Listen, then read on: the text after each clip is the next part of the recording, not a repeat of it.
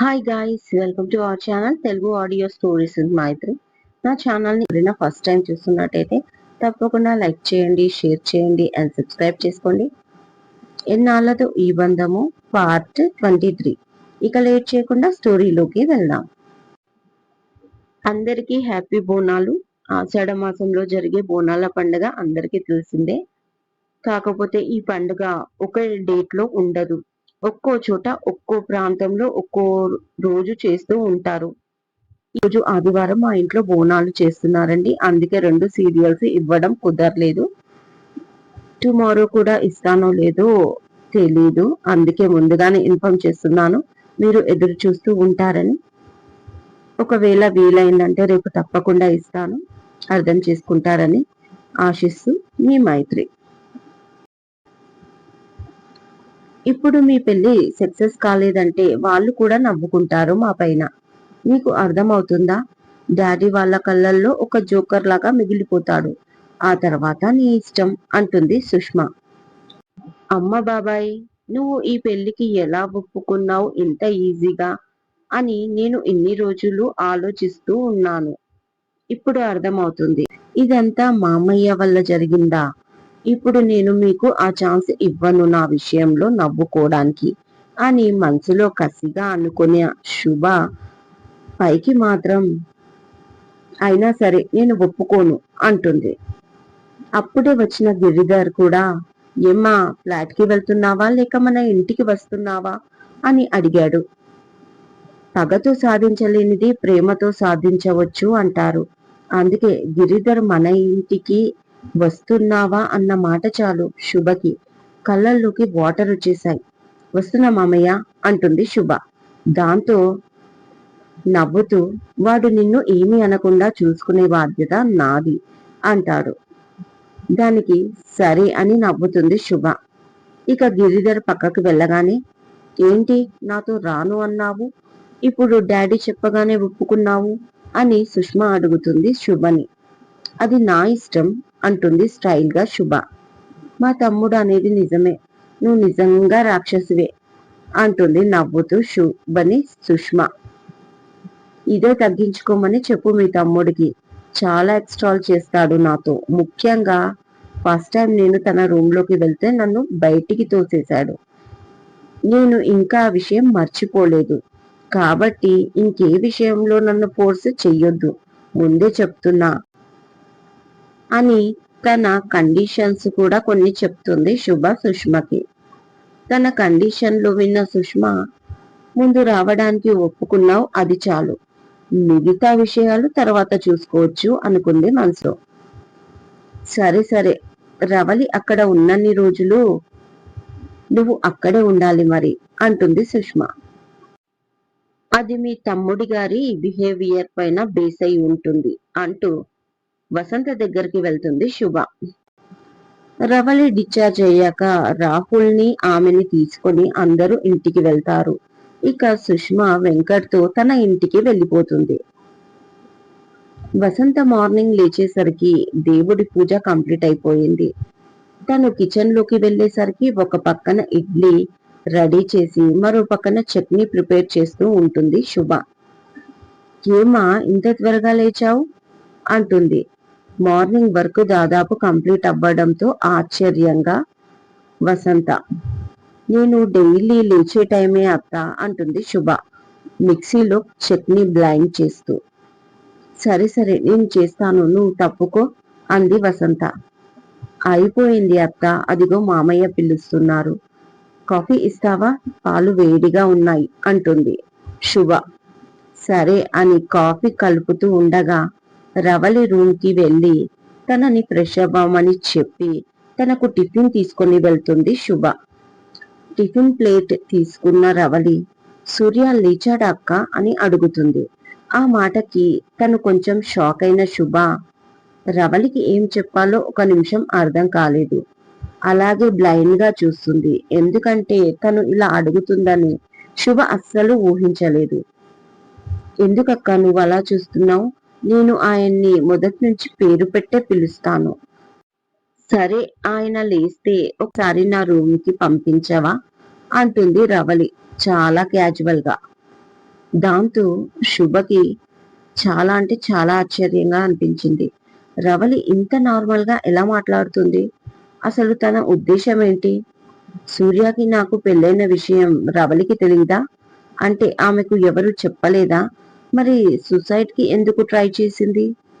కేవలం బాబాయ్ పిన్ని తిట్టినందుకేనా? ఒకవేళ నాకు సూర్యకి పెళ్ళైన విషయం రవలికి ముందే తెలియదనుకుందాం. మరి నేను ఇక్కడ ఎందుకు ఉన్నానన్న ఆలోచన తనకు రాలేదా? లేక నేను సూర్యాని పెళ్లి చేసుకున్నా కూడా తన కళ్ళల్లో ఈ పెళ్లికి వాల్యూ లేదా అని ఇలా పరిపరి విధాల ఆలోచిస్తూ బయటికి వచ్చేసింది శుభ. రవలికి సమాధానం ఇవ్వకుండానే. సూర్య రెడీ అయి కిందికి వస్తూ కనిపించాడు. నా పిచ్చి కాని నన్ను పెళ్లి చేసుకున్న వ్యక్తికే ఈ పెళ్లి బంధం పైన వాల్యూ ఇవ్వడం లేదు. ఇక వేరే వాళ్ళ నుంచి ఎక్స్పెక్ట్ చేయడం తప్పు అనుకుంటూ ఒక పిచ్చి నవ్వు నవ్వుకొని కిచెన్ లోకి వెళ్ళబోతుంది శుభ. వెంటనే వెనక నుంచి ఓయ్ పాలమూరు అని వినిపించింది సూర్య వాయిస్. చివుక్కున వెనక్కి తిరిగి శుభ ఏంటి అన్నట్లుగా చూసింది. ఏంటా చూపు? కళ్ళతోని కాల్చి పడేసేలా. నా రూమ్ లో ఫోన్ ఉంది, వెళ్ళి తీసుకురా అన్నాడు చాలా యాటిట్యూడ్ గా సూర్య. శుభ కోపంగా చూస్తూ అలాగే నడుముకు చెయ్యి పెట్టుకొని నిలబడింది. చెప్పేది నీకే, నా ఫోన్ తీసుకురా అన్నాడు మళ్ళీ. ఎవరికి చెప్తున్నారు అని అడిగింది శుభ. అరే నీకే చెప్తున్నాను, చెవులు పని చేయడం లేదా అన్నాడు సూర్య. నాకన్నీ కరెక్ట్ గానే ఉన్నాయి, నీకే బ్రెయిన్ పని చేయడం లేదు అంటుంది శుభ. ఏంటి ఎక్కువ మాట్లాడుతున్నావు అంటూ దగ్గరికి వచ్చాడు సూర్య. ఎక్కువ చేస్తుంది నేను కాదు, మీరు ఎక్కువగా మాట్లాడుతుంది. మీ ఫోన్ మీ రూమ్ నుంచి నేనెందుకు తెచ్చి ఇవ్వాలి? కాళ్ళు చేతులు సరిగ్గానే ఉన్నాయి కదా, వెళ్ళి తెచ్చుకో అంటుంది శుభ కిచెన్ లోకి వెళ్తూ. ఓయ్ మా అక్కతో ఒక మాట మాట్లాడి మళ్ళీ నాతో టెక్కు చూపిస్తున్నావెందుకు అని అడిగాడు సూర్య. నేనా ఏం మాట్లాడాను అంటూ చటుక్కున వెనక్కి తిరిగింది శుభ. అతను ఏం చెప్తున్నాడో అర్థం కాక. హాస్పిటల్లో ఏదో అన్నావంట. నిన్ను నా రూమ్ లోకి మర్యాదగా పిలవాలని, అందుకే మర్యాదగా చెప్తున్నాను. వెళ్ళి నా రూమ్ నుంచి ఫోన్ తీసుకురా అన్నాడు సూర్య. అప్పుడు సీన్ అర్థమైన శుభ, దీన్ని మర్యాద అనరు, యాటిట్యూడ్ అంటారు. ముందు మర్యాద నేర్చుకొని ఆ తర్వాత నాకు పని చెప్పండి అంటుంది శుభ. ఏంటి ఓవర్ యాక్షన్ చేస్తున్నావు అంటూ సూర్య ఆమె మీదికి రాగానే శుభ వెనక్కి అడుగులు వేస్తూ వాల్ కి టచ్ అయిపోతుంది. సూర్య రెండు చేతులతో ఆమెని లాక్ చేసి, ఇట్స్ ఓకే శుభ, నీ అటెన్షన్ ఏంటో నాకు అర్థమైంది. నువ్వు నా భార్యలాగా ఉండాలని, రూమ్ లో నాతో కలిసి సంథింగ్ చెయ్యాలని చాలా ఆశగా ఉంది కదూ. ఎంతైనా ఉప్పు కారం తింటున్న బాడీ కదా, ఆ మాత్రం ఉంటుంది అని లో వాయిస్ లో చెప్పి కాస్త బిక్కురింపుగా నవ్వాడు సూర్య. అతని మాటలకి చాలా కోపం వచ్చింది, కానీ అతని అటెన్షన్ ఆమెకి కోపం తెప్పించడమే అని అర్థమైన శుభ వెంటనే అతని చెస్ట్ పై చెయ్యి వేసి వెనక్కి తోసి, సి మిస్టర్ సూర్య, ఈ ప్రపంచం మొత్తం ప్రళయం వచ్చి కొట్టుకుపోతుంటే మీరు ఎక్కడో కొండపై నిలబడి నన్ను కాపాడడానికి మీ చెయ్యి నాకు అందించినా నేను ఈ ప్రపంచంతో పాటు వెళ్తాను, కానీ మీ చెయ్యి మాత్రం అందుకోను. దీన్ని బట్టి మీకు ఏమర్థమైంది? ఐ హేట్ యు అనే కదా. ఇక రూమ్ లో సంథింగ్ అవన్నీ మీ కుళ్ళు ఆలోచనలు. ఎంత ఉప్పు కారం తిన్నా అడ్డమైన ఆలోచనలే కాదు, కాస్త ఒంట్లో రోషం కూడా మెయింటెనెన్స్ చేయాలి. అప్పుడే మనం మనుషులం అనిపించుకుంటాం, లేకపోతే మనకు జంతువులకు తేడా ఉండదు అంటుంది కోపం పొగరు కలిసిన గొంతుతో శుభ. దాంతో చిర్రెత్తుకొచ్చింది సూర్యకి. ఏయ్ ఒక్కసారి చెప్తే అర్థం కాదా, వెళ్ళి ఫోన్ తీసుకురా అన్నాడు ఈసారి గట్టిగా ఆర్డర్ వేస్తూ. ఇక్కడ మీకు పని మనుషులు ఎవరూ లేరు, వెళ్ళి తెచ్చుకోండి అంటుంది అంతే కోపంగా. అప్పుడే బయటికి వచ్చి వాళ్ళ మాటలు విన్న వసంత, ఇంకా చిన్న పిల్లలు అవుతున్నారా మీరు? ఎప్పుడు చూసినా దెబ్బలాడతారు. ఏం కావాలిరా నీకు, చెప్పు, నేను తెచ్చిస్తాను అంటుంది సూర్య వంక చూస్తూ వసంత. ఒక్క పని చెప్తే చేత కాదు, చాలా పెద్ద పెద్ద మాటలు మాట్లాడుతుంది. అరే రూమ్ లో ఫోన్ తెచ్చేయమంటే ఎక్స్ట్రాల్ చేస్తుంది. మమ్మీ నువ్వు ఇలాగే వెన్నుకేసుకొస్తే నెత్తిపై ఎక్కి డాన్స్ చేస్తుంది, జాగ్రత్త అంటాడు శుభని కోపంగా చూస్తూ సూర్య. ఎవరు ఎక్కువ చేస్తున్నారో ఇక్కడ అందరికి తెలుస్తూనే ఉంది నాన్న. తను ఒకసారి చెయ్యను అన్నాక మళ్ళీ మళ్ళీ ఆ అమ్మాయికి పని చెప్పకు అన్నాడు. అప్పుడే బయటి నుంచి వచ్చిన గిరిధర్ సూర్యతో, అబ్బా ఈ డాడీ ఒకరు నా ప్రాణానికి, ఈ మాత్రం సపోర్ట్ చేస్తే చాలు ఇది రెచ్చిపోవడానికి అని మనసులో అనుకుంటూ కోపంగా పైకి వెళ్ళాడు తన ఫోన్ తెచ్చుకోవడానికి సూర్య. కిచెన్ లోకి వెళ్ళాక వసంతకి రవలి సూర్యాని పిలిచింది అన్న విషయం చెప్తుంది శుభ. ఎందుకు పిలిచింది, వాడితో ఏం పని అని అడుగుతుంది అనుమానంగా వసంత. తెలీదత్తా అని సైలెంట్ గా ఉండిపోతుంది. ఇక రవలి సూర్యని పిలిచింది అన్న విషయం వసంత సూర్యకి చెప్పదు. ఇక సూర్య టిఫిన్ చేసి ఆఫీస్ కి వెళ్ళిపోతాడు. ఆ తర్వాత శుభని గిరిధర్ ఆఫీస్ దగ్గర డ్రాప్ చేస్తాడు. ఆఫీస్ లో ఉన్న సూర్యకి యష్ నుంచి కాల్ వస్తుంది. విషయం విని వెంటనే బయలుదేరతాడు సూర్య. కట్ చేస్తే రిలీఫ్ హాస్పిటల్. సడన్ గా ఏమైంది వీడికి అడిగాడు సూర్య. ఏమో అంకుల్ ఫుడ్ పాయిజన్ అంటున్నాడు. నాకైతే మాత్రం ఏదో డౌట్ గా ఉంది అన్నాడు యష్. ఏంటా డౌట్ అని అడిగాడు సూర్య. నాకెందుకో వాడేదో దాస్తున్నట్లుగా అనిపిస్తుంది. నువ్వు వస్తే ఓపెన్ అవుతాడు. నాకు మాత్రం పిచ్చ క్యూరియాసిటీగా ఉంది అని నవ్వుతాడు యష్. నీకు ప్రతిదానికి ఎగ్జైట్మెంటే. ఇల్లు కాలి ఒకడేడుస్తుంటే నీలాంటోడొచ్చి హ్యాపీ దివాళీ అన్నాడంట యదవ అని తిట్టుకుంటూ జశ్వంత్ వార్డ్ కి వెళ్తారు ఇద్దరు. నీరసంగా పడుకొని ఉన్నాడు జశ్వంత్.